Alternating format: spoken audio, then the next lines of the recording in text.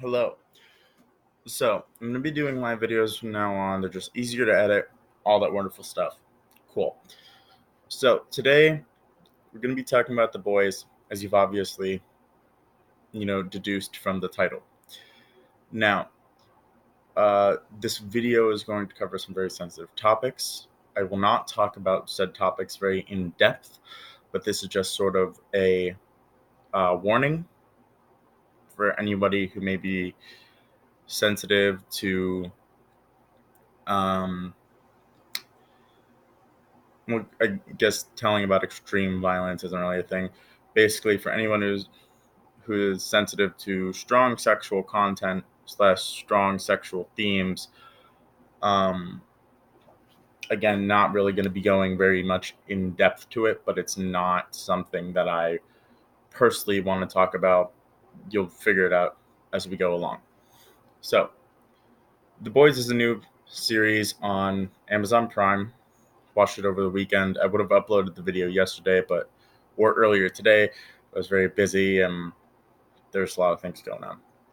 So, The Boys is a series that was written by the Quentin Tarantino of comics, Garth Ennis. I say Quentin Tarantino because both of them use similar sorts of themes when it comes to deconstructions, intense violence, and strong sexual content. I don't know if Garth Ennis is as into feet as Quentin Tarantino is, but hey. Um, Anywho, so the camera shakes because it's on a pillow. Now, The Boys is a very years ago. The Boys was seen as a series that was unadaptable. Essentially, what that means is it's sort of on a list of things that you can have the best script in the world, but people just outright refuse to shoot it. They'll outright refuse to fund it, anything like that, because it was considered to be so violent, so sexually perverted, and just awful that nobody wanted to touch it. And in my personal opinion, I think the reason that changed is because of the popularity of the show Game of Thrones, which had a lot of the same sort of elements. Now, sorry, just someone called me. I wanted to see who it was. Um, Granted, I didn't watch Game of Thrones either. I just know what I heard. But I do not believe Games of Thrones was as gratuitously violent, but it was incredibly violent and did hold similar sort of strange sexual stuff. So, um, when it comes to The Boys, there's a lot of just general problematic stuff when it comes to the writing. Some of it is very forced, um, like such as metaphors and just general meanings that you're supposed to get. Like, for instance, Homelander, who is supposed to be the stand in for Superman. A lot of people know Superman. Everyone knows Superman. You hear the word super, you automatically think man, Superman. Superman, for years, has been sort of teased as this like pseudo Jesus character, big Jesus metaphor. He's the savior, he's almost all powerful. He dies, he comes back to life, that whole deal. In a sense, Homelander plays into that with um, one episode where there's a superhero who runs a Christian charity group who we later find out is just a cover to give drugs to babies so that they can become superheroes and yada, yada, yada. Fun stuff. So, at this big charity festival event thing, you see the usual Christian stuff, pray the gay away, all that wonderful shit, feel the shame, cool stuff, right? Anywho, I was about to say Superman. Homelander, um, essentially does what you would think that like a pastor would sort of do in like a situation. He was very charismatic. Obviously, he's supposed to be. He's also the villain of the show, as you probably gleaned from the many trailers online. They've run them as ads on YouTube. I'm sure you've seen them.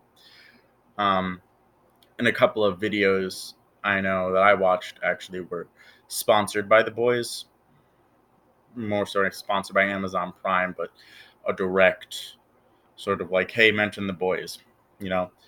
Um, and he sort of goes on about how all superheroes, regardless of who they are, where they come from, or whatever, are chosen by God to defend the weak and all that wonderful shit. Basically, nothing that they actually do, because the seven, the Justice League stand-ins, who are very obvious Justice League stand-ins. It's not like a subtle joke. It's literally, if you pick them out of a lineup, if you just looked at the posters even, you could just line them up next to the like Justice League, the seven.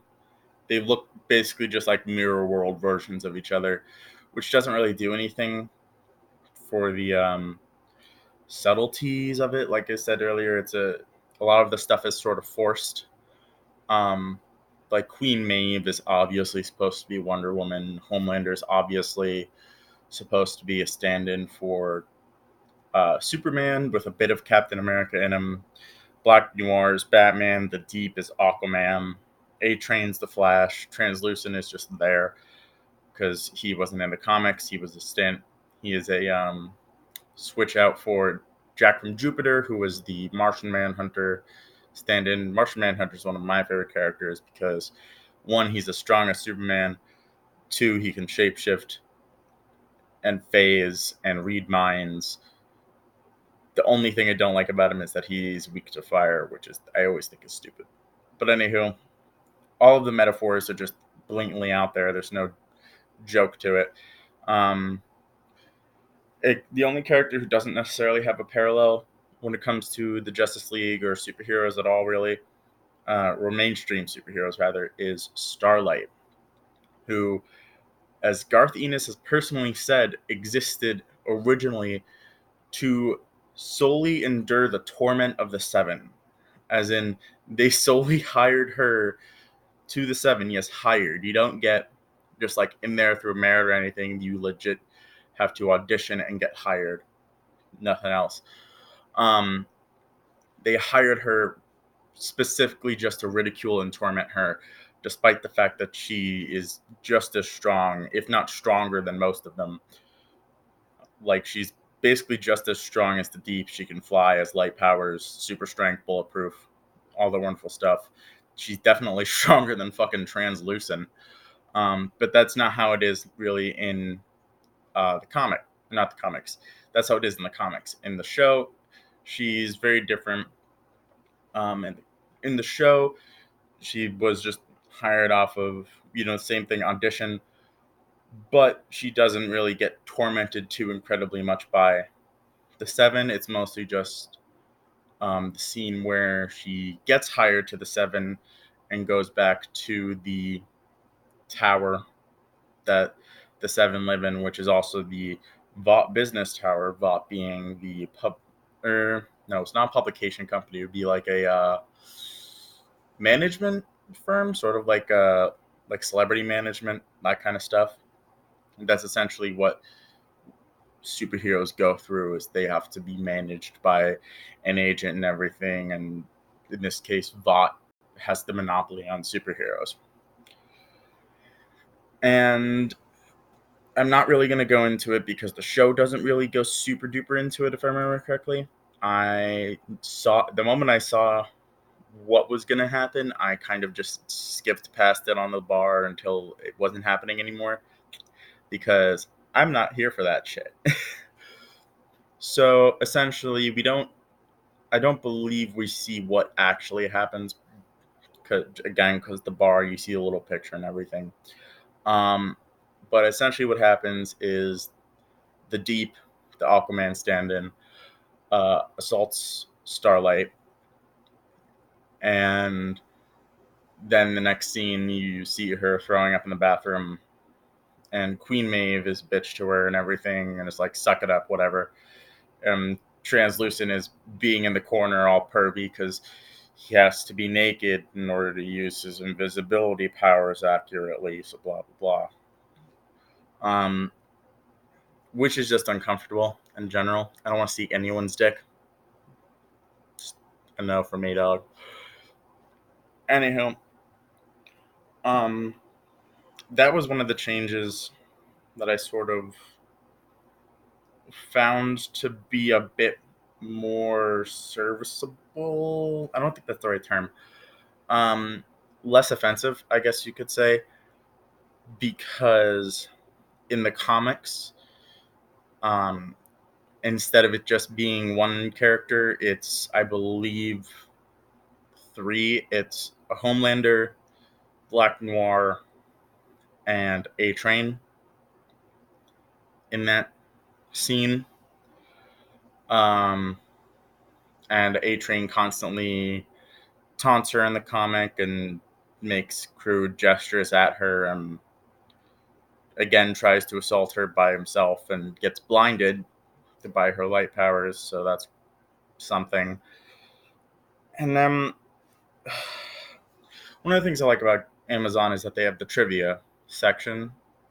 If you're watching a video, there's this thing called X-ray. If you're on your computer, you can just mouse over whatever's playing. It'll tell you whatever actors are in there, and if there's trivia for the scene, there's trivia for the scene. You get to read whatever it is.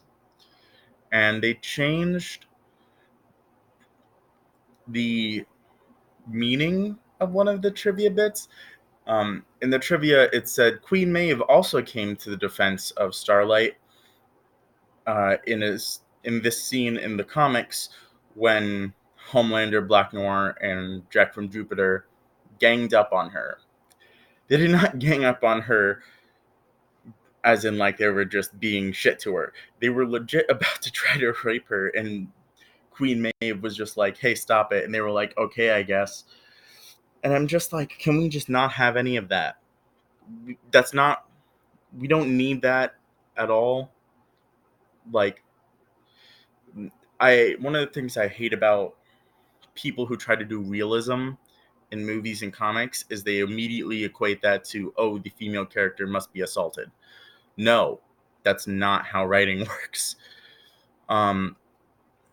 Like, it's baffling to me because, and also like the character, even the show itself, the comic is much more misogynistic than the show, but the show still has a lot of just internal misogyny in it, from them not taking Starlight seriously as like a superhero, to her being hired for months and not even doing anything aside from like the two times she saved someone. She one time saved someone from getting assaulted, because obviously, and then the other time, um, she fought some people who were smuggling cocaine or something. Fucking, I don't know.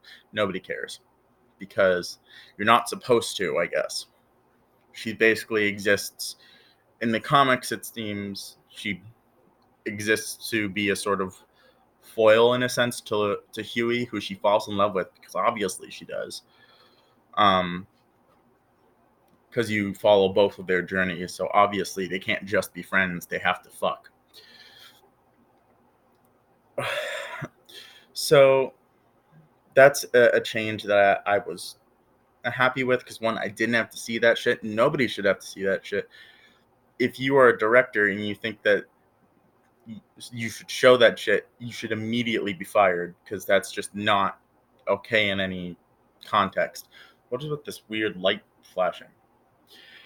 Anywho, probably just the ambiance.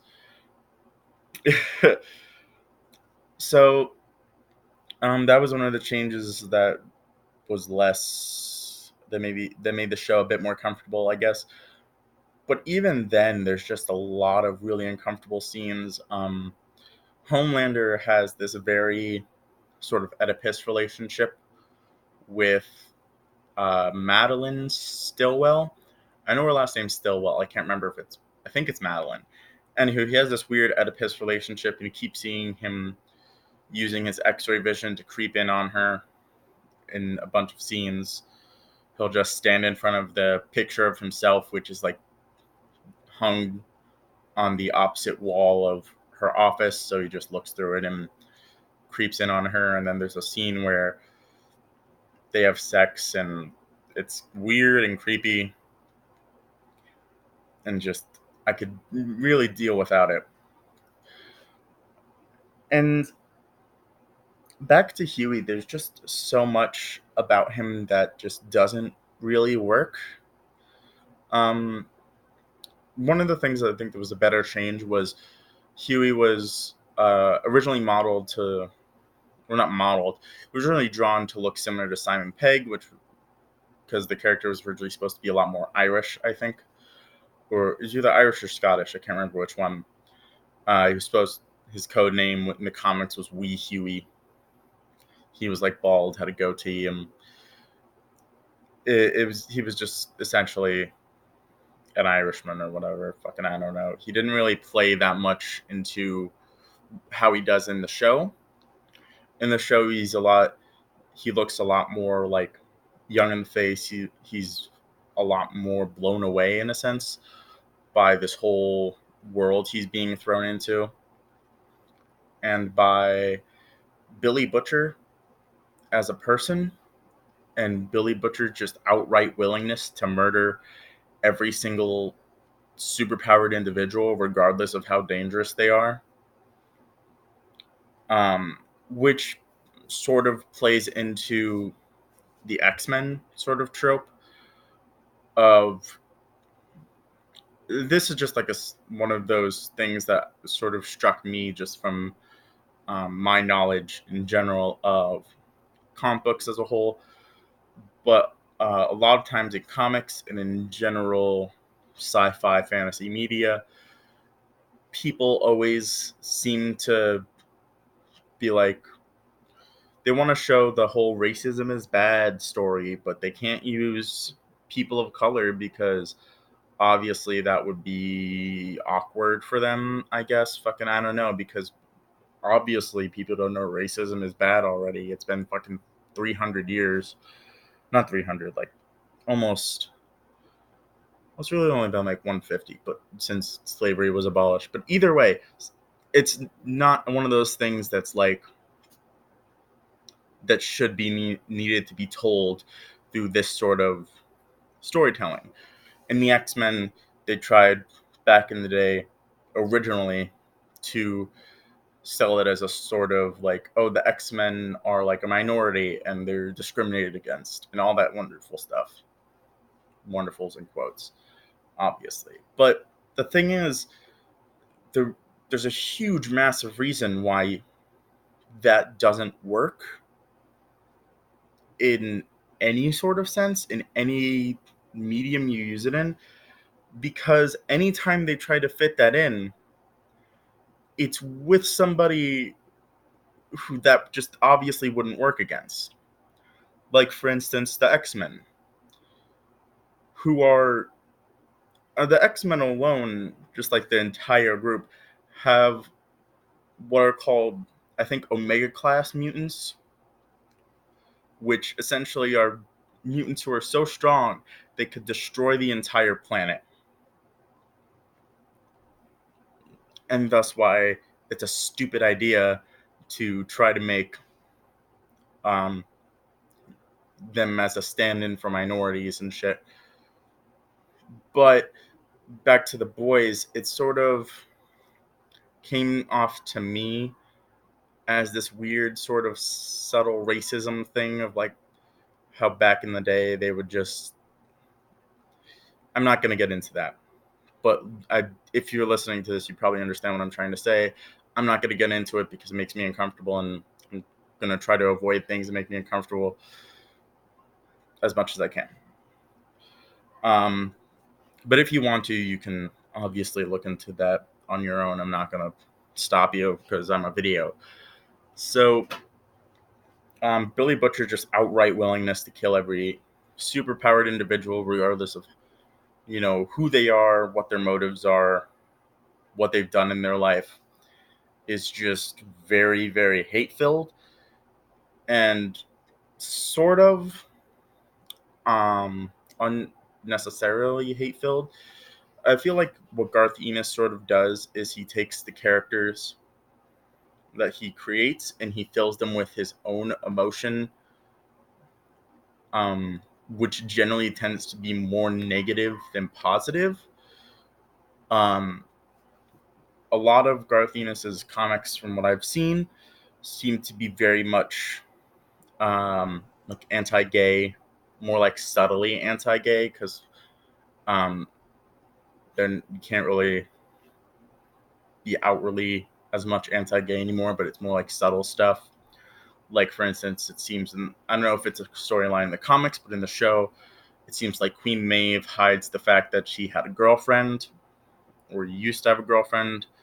Um, it seems like she wants to hide that as much as possible.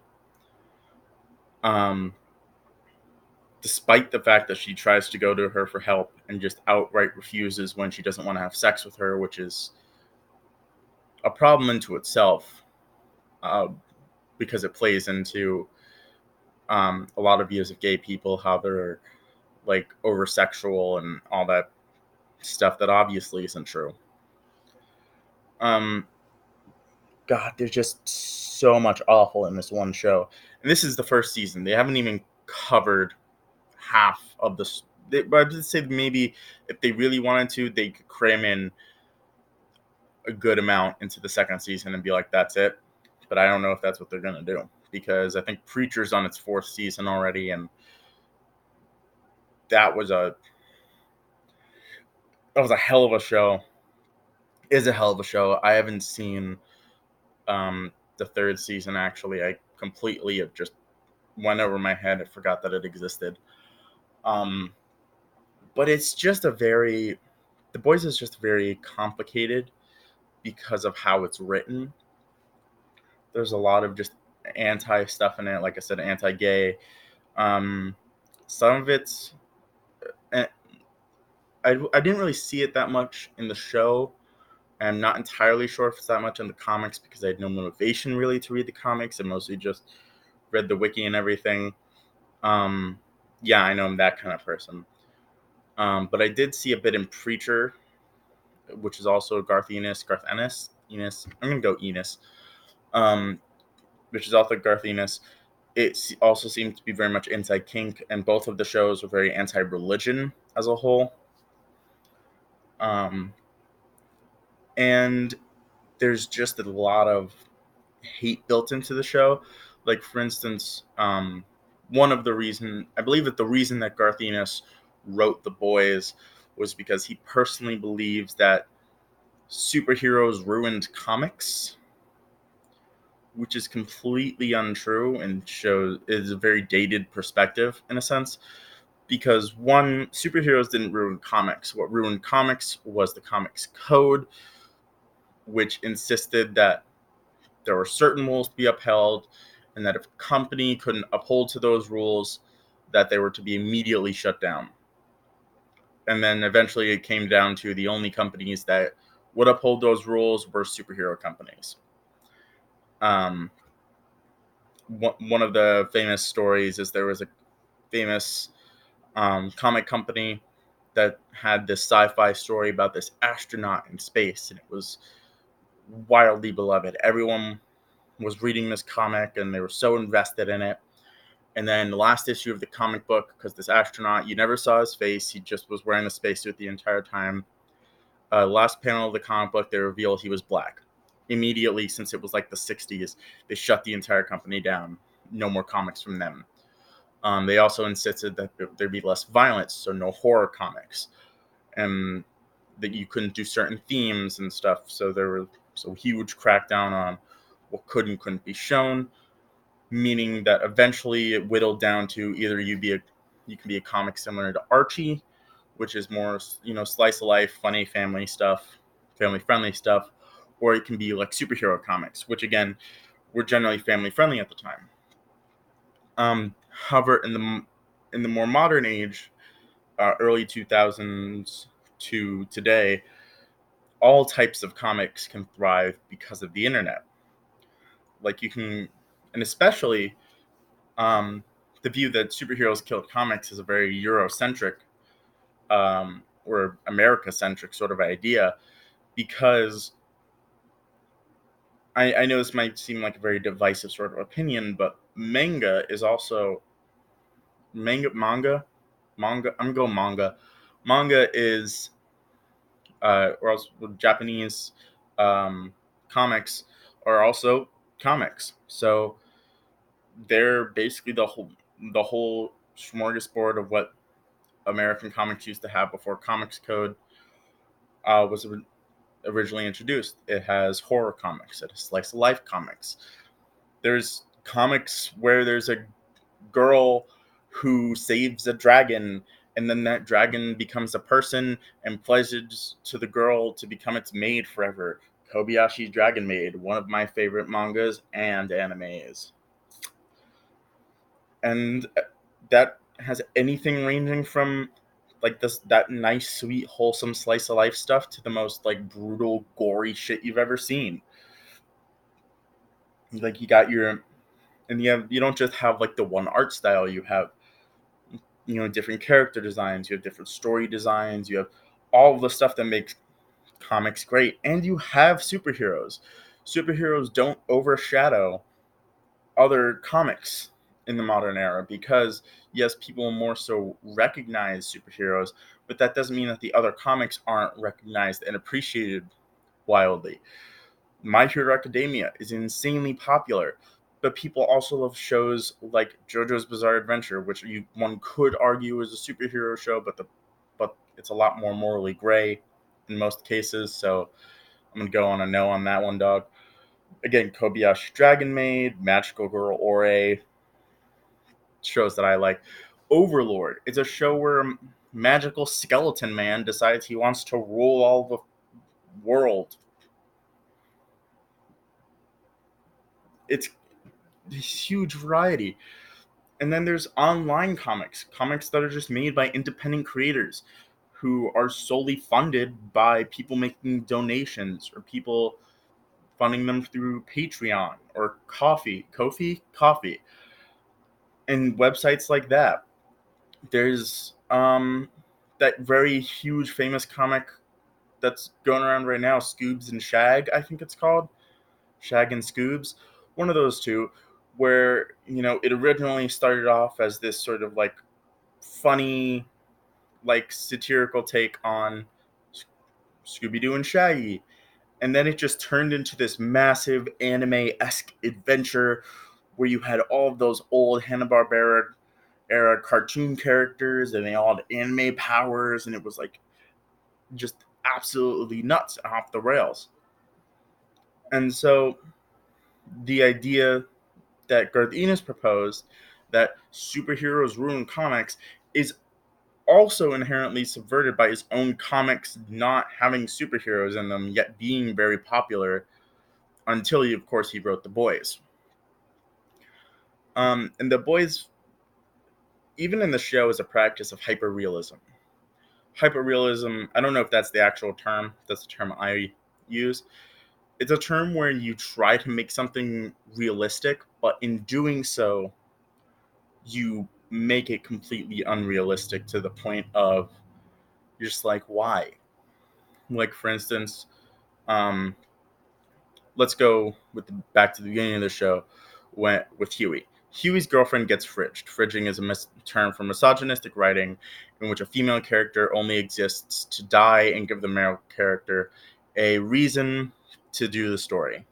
Same thing happens with Billy Butcher. His wife gets killed, and he wants to find the superhero who did it. He thinks it's Homelander, but whatever. So his character gets killed. Not his character. His girlfriend gets killed by A-Train. And A-Train doesn't give a flying shit. He literally couldn't care less that he just murdered somebody by running through them and making them into a blood puddle. And not only does you see that, but then a couple scenes later, you see when Billy Butcher takes Huey to this big brothel for superheroes, that he actually like laughs about it.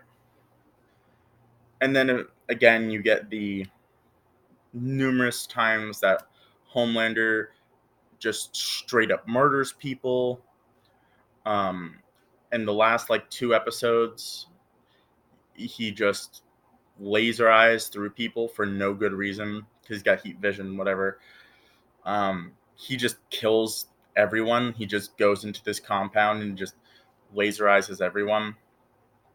Uh, there's a part where he's supposed to be saving an entire fuck's it called? An entire plane.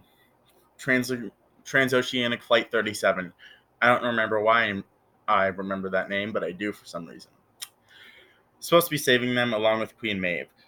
And he fucks it up because instead of, being a superhero and doing his job and being trained in any way, sense, or form, he not only kills the captain, but he also destroys the controls for the plane.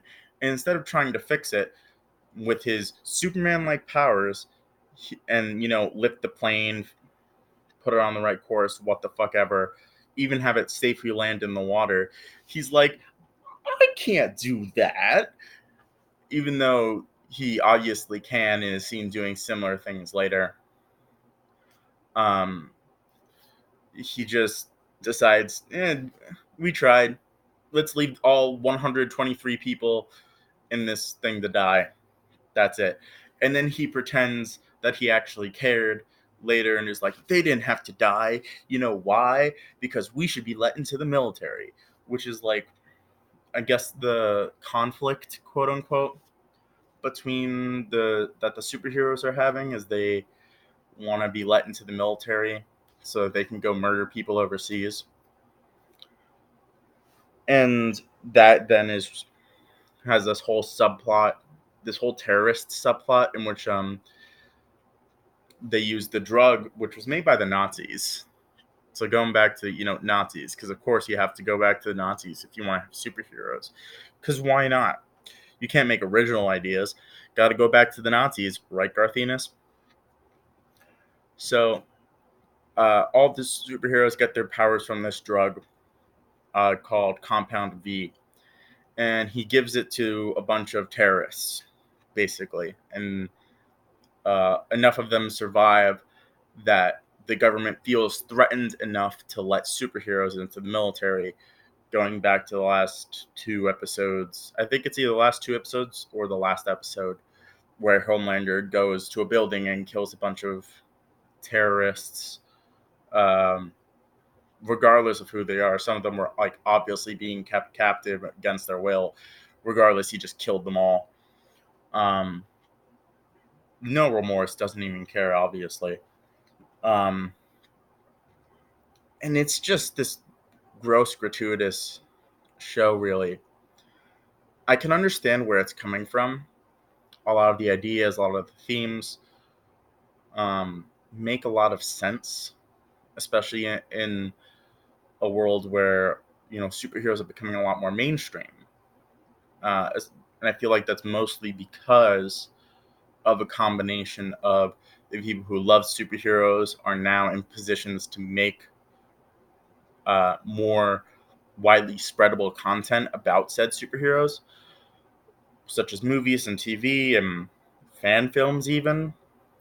But then there's also the people who uh, are now seeing that that's such a huge market that it would be impossible to not try to capitalize on it. Which, I mean, obviously, that's what people are always going to think when there's a new thing. It's like, hey, we got to capitalize on this.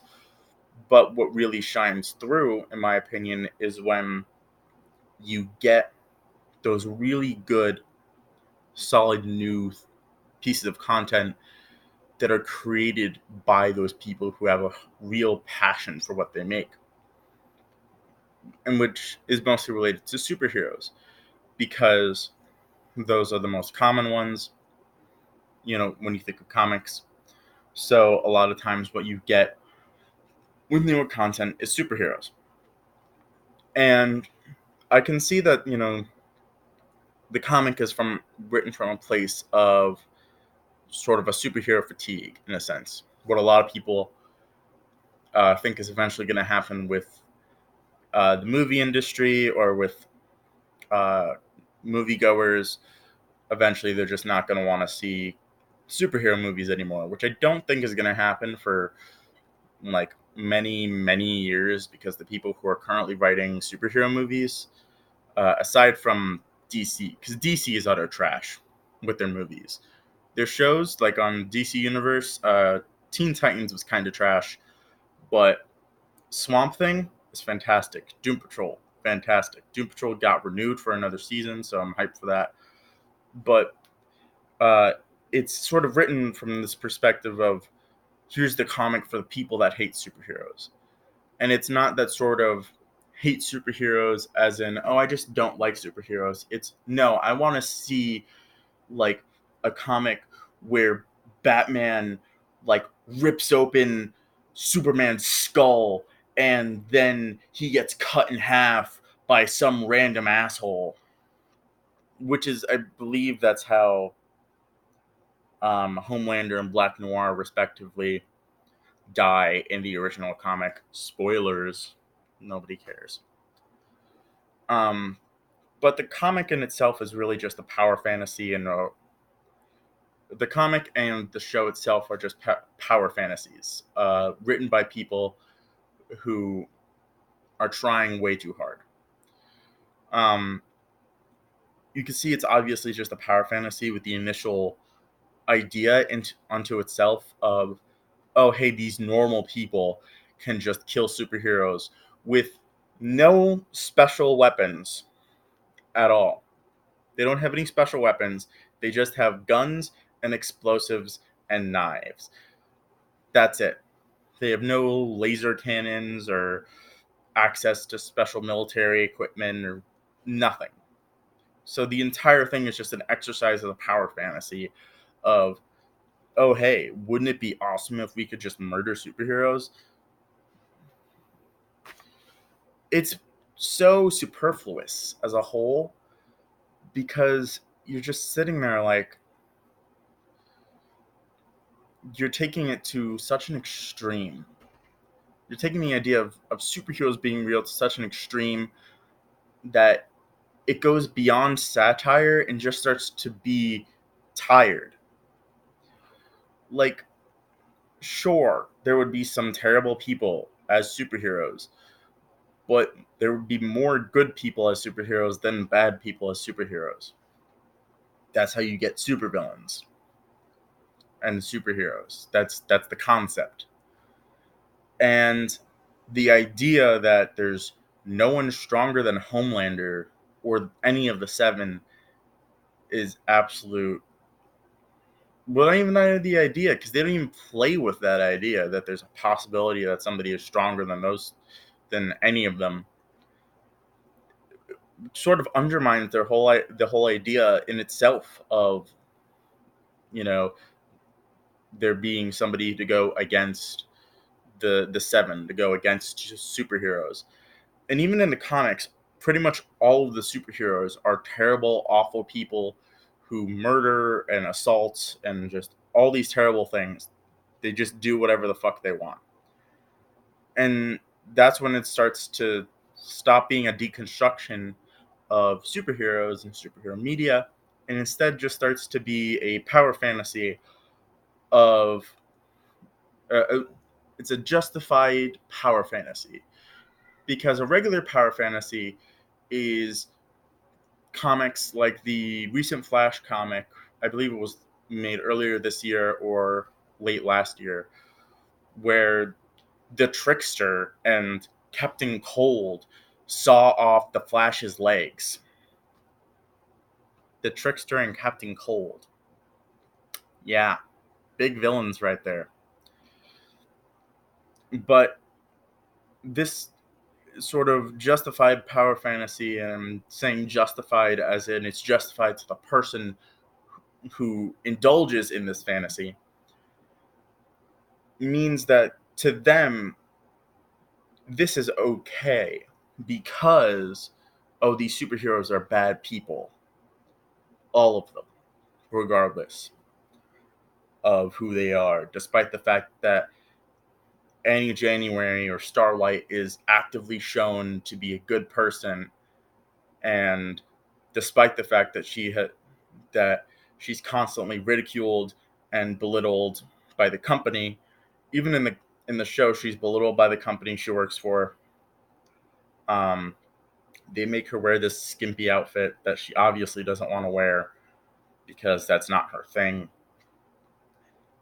and like it just sort of makes you feel like you know what this person thinks and feels when you watch this sort of thing, because there's just the sort of inevitable um, finite amount of motives you can have to make something like this. There's only so many ways you could have gone down the paths that would lead you to the boys. And inevitably, given Garth Ennis's writing, it comes from a place that's very spiteful. And the show reflects that a lot, just so much. Um, there's just a lot of scenes that just are very, they play into tropes, or they play into um, stereotypes even. Like for instance, what's a real great stereotype that they play into? Well, the French character is a pervert, and his name is obviously Frenchie because they can't come up with another name. Or the only female character of the boys, the only female member of the boys, the team, the boys, is the female, despite the fact that they know her name's Kimiko. They're Everyone except for Frenchie refuses to refer to her as Kimiko. They only refer to her as the female or her, which isn't which is just inherently just bonkers. Billy Butcher, the moment he sees her, he wants to absolutely just murder her for no good reason, which you later learn would do nothing because she's got Lazarus powers, so she would just come back from the dead. Sorry, phone call again. Um, and the only reason that they can get any control over Kimiko's incredible strength and ferocity is because the only person who tried to actually talk to her like a human being, which she is Frenchie. By the way, they have no other names. It's Billy Butcher, Frenchie, Mother's Milk. Fucking, I don't know. It's probably explained in the comics. They didn't explain it in the show. And Huey. Those are the boys. They don't have any other names aside from Kimiko, who is referred to by Billy Butcher, Mother's Milk, and Huey as the female. Um, and that's just in itself a constant conflict, but because the only person who believes in Kimiko is Frenchie, and everyone constantly shits on him for it except for Huey, because I guess you could say that it's a sort of parallel because Huey is in the same sort of position as Frenchie, where they both are in a sort of relationship with somebody who has superpowers, but it just comes off as awkward because Kimiko doesn't talk at all whatsoever. She doesn't voice her own opinions. She doesn't have any opinions as far as we goddamn know, because she never says anything in the entire show. The only time we hear her say something is in a flashback, which we only hear about because they find a guy who is played by Haley Joel Osment, I think is his name. The guy who was a famous child actor who now has way too small a face for his body. You know who I'm talking about. Um, he's in the show, and he plays this guy who can read people's minds by touching them, like just in any way, shape, or form. He just has his hand on their skin, whatever. He can read their mind, how they're feeling at the moment, or what they're thinking. So you just get this really awkward, tired perspective. Like, the only reason that Huey doesn't get killed by A-Train in a later episode is because Kimiko goes with him, hides in the air vents, and fucking just sneaks up behind A-Train and takes a crowbar to his like leg and just absolutely like pops it out. Like, you just see his femur just jutting out of his thigh, which is just awkward because you're just like, oh, I wasn't expecting that. And then they don't kill him, which you would have expected them to do because the show is just so gratuitous and violent. Instead, they have him die of a heart attack in the last episode. You can't really tell if he actually died because um, he's trying to fight Starlight and Huey, and then he has a heart attack as he's trying to kill Huey, and Starlight stays behind and gives him CPR, and that's it. Um, yeah, and then there's the whole storyline with Billy Butcher, how his wife was assaulted by Homelander and was pregnant with his kid, which happened in the comics.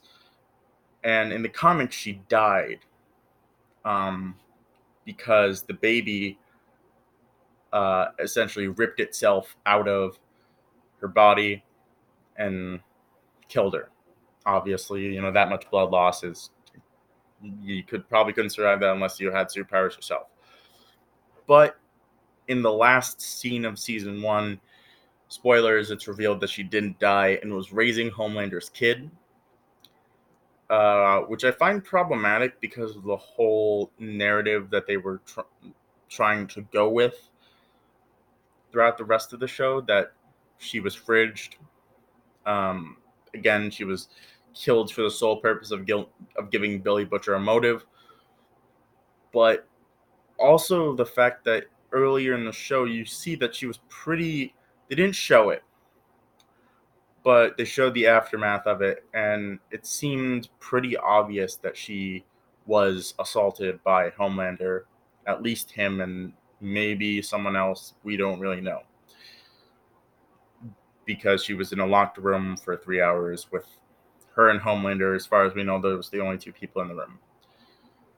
But we see that the aftermath of it, and it's very obvious what can be inferred. And then the fact that she's raising his kid seems to be sort of, one, it undermines the whole motive for the character by throwing that in there, which, granted, obviously wasn't a great motive to begin with, but it also sort of is this really creepy misogynistic thing where she was essentially forced to have his kid, and not only forced to have his kid but forced to raise his kid. It just it's just not a good... No, it's not a good thing. It's not a good idea writing wise, and it's just... Well, and it also comes right after Billy blows up a baby. Yeah, his plan was to blow up Madeline Stillwell because because Homelander had a relationship with Madeline, who had a baby. It wasn't Homelander's baby as far as we know, but it was a baby. And Homelander kills Madeline, and despite the fact there's a baby like 5 feet away from him, he's like, fuck it. and he just blows up the entire house with the baby in it. Homelander presumably doesn't save the baby, but he saves Billy Butcher because he couldn't give less of a fuck about a baby. But Billy Butcher, obviously, that's who you want to save. The guy who's a crazy racist mass murderer. I say racist in this sense because because he just wants to murder superheroes regardless of who they are, what they are, anything. He just sees superhero and he's like, obviously there's terrible people who I must murder, which is a sort of racist ideology that I don't need to tell you any more about, you know. Um, so all in all, would I recommend the show? No. The show as a whole has a lot of just awkward places, bad pacing.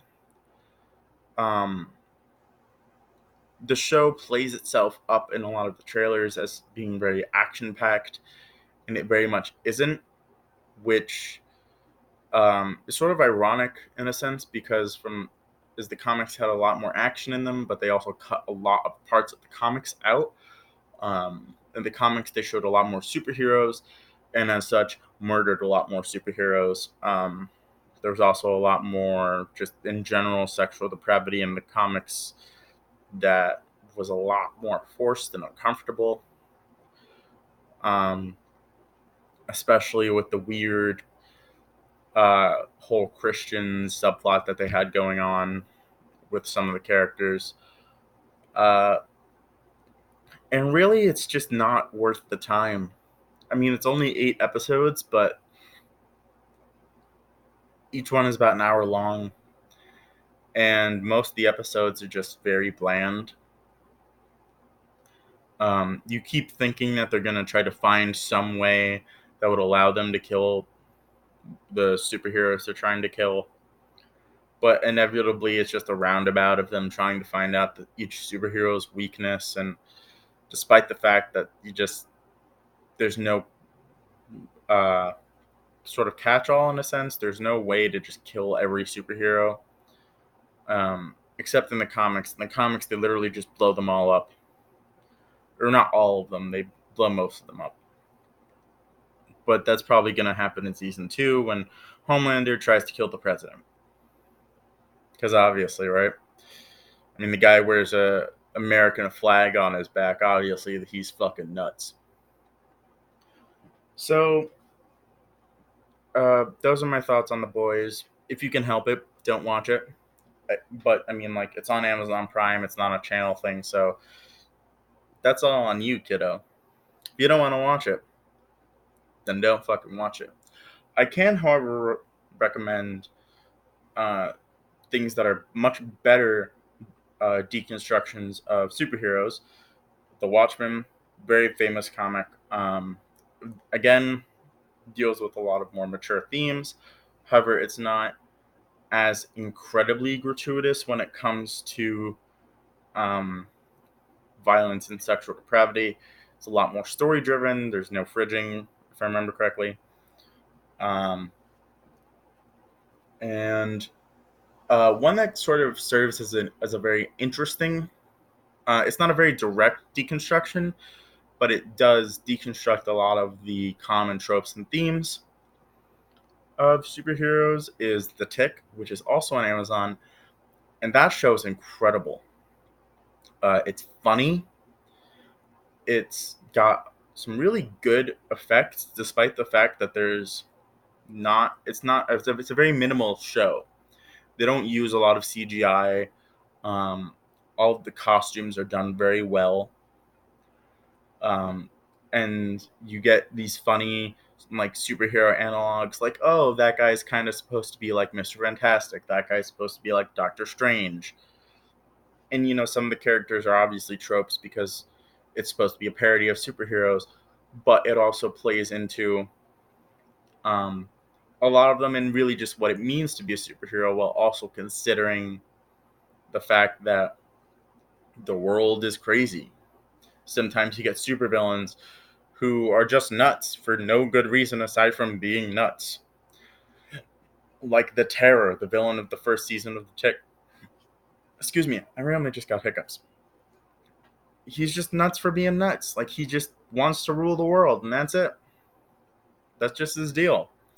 He doesn't have some grandiose plot. There's no like huge conspiracy or anything.